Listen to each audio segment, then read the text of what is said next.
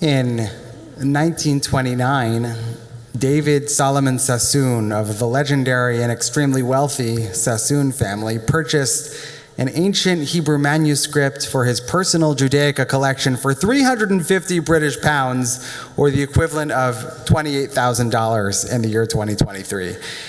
And on Wednesday, that same manuscript, which has come to be known as the Codex Sassoon, the earliest, most complete version of the Hebrew Bible, was auctioned at Sotheby's in New York for a staggering $38.1 million, making it the most expensive book ever sold in history.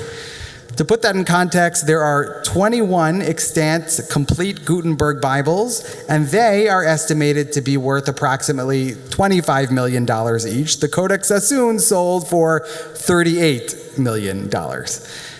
And the Codex was purchased by ANU, the Museum of the Jewish People in Tel Aviv, and it will serve as the cornerstone of the museum's permanent collection, which is a wonderful thing for the Jewish people because it's a book that has long been held only in private hands, and it's actually only been publicly displayed once before at the British Museum in 1982. So now it will finally be fully and permanently accessible to the public. And the Codex sold for such an incredibly high price because it is one of the most important, if not the single most important book, and that is not being hyperbolic, in the history of Western civilization. The Codex Sassoon is a Hebrew Bible that dates all the way back to the year 900, meaning that it's over 1,100 years old, and it is the world's earliest example of a single volume containing all 24 books of the Hebrew Bible. No other copy of the complete Hebrew Bible exists until the year 1008, a century after the Codex Sassoon was written. And it's not only that the Codex contains the text of the Hebrew Bible. The Codex contains the earliest version of what is known as the Masoretic text, named for the Masoretes, a group of scholar scribes who lived between the 6th and 9th centuries. And the Masoretes created a system of mechanisms and annotations to ensure that the text of the Tanakh, the Hebrew Bible, would be accurately and properly read and transmitted throughout history.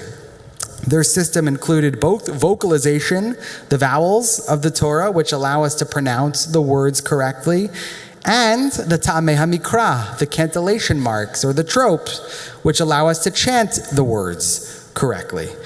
Prior to the Codex Sassoon, the oldest version of the Hebrew Bible that we have are the fragments from the Dead Sea Scrolls, which really are just fragments. They're small pieces of text. They contain no vowels, no trope, no verses, no chapters, and they are extremely difficult to read. The Codex Sassoon is the earliest version of the Hebrew Bible that we have that looks just like the Bibles that we read from and study from today. And there's a reason for that, and there's a reason I'm telling you all this morning. Scholars now believe that the Codex Sassoon is the model that became the standardized, authoritative version of the Hebrew Bible. The same version of the text that Jews around the world still read to this very day. If you open up the Red Eitz Chaim Chumashim that we have here in our pews at Temple Beth Shalom, that text follows the textual tradition that was established in the very same volume that was sold this past Wednesday at Sotheby's. When Jews are referred to as the people of the book, whether they know it or not, the book they're referring to, that's the Codex Sassoon.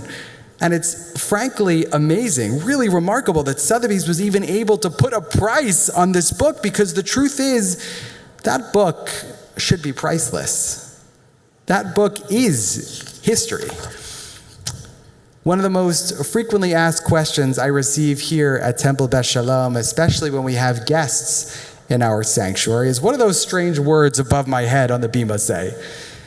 And the answer to that question is that they say, Kudsha brichu oraita ve'Israel chadhu, which is Aramaic for God, Torah, and Israel are one.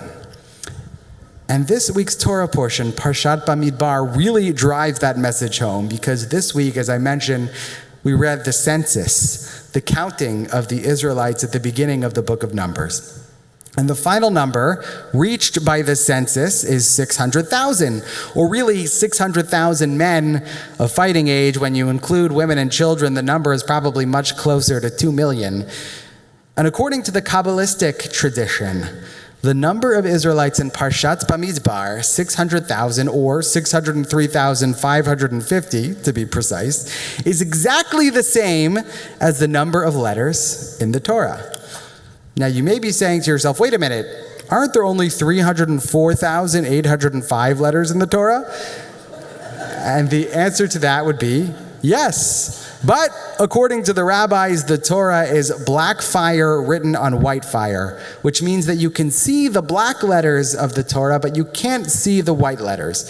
And when you combine the black letters with the white letters, the visible letters with the invisible letters, then you arrive at 600,000, which is to say that the number of Israelites in Parshat Bamidbar is precisely the same as the number of letters in a Torah scroll.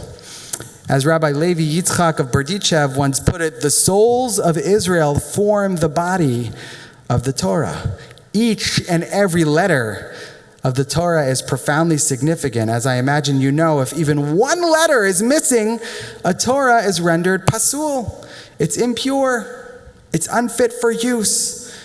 And so too it is with the Jewish community. With even one member missing, a Jewish community is profoundly diminished. It's incomplete. And that, I think, is ultimately the reason that the Codex Sassoon was valued so highly. Not only because of how old it is, but really because of how complete it is. It contains all 24 books of the Hebrew Bible, and it's missing only 8 pages. To give you some context around that, the Aleppo Codex, which was written slightly after the Codex Sassoon, but is also from the 10th century, is missing approximately 40% of its pages. In other words, because the Codex Sassoon is the earliest, most complete version of the Hebrew Bible that we have, reading from the Codex is the closest that any human being can possibly get to the Word of God. And with all of that in mind, I want to encourage everyone here this morning to participate in our Tikkun Torah initiative.